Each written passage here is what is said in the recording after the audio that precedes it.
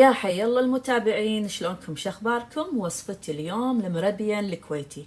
تابعوا الوصفة معي. بصل كمية كبيرة، أحمسه بدون زيت.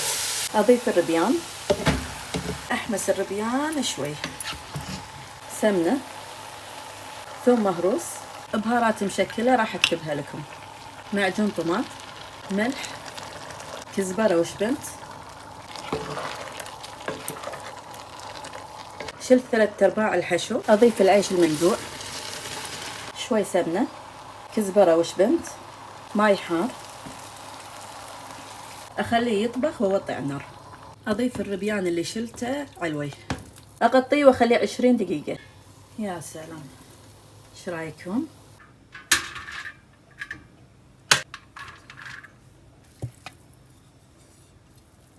علينا وعلى عيونكم بألف عافية.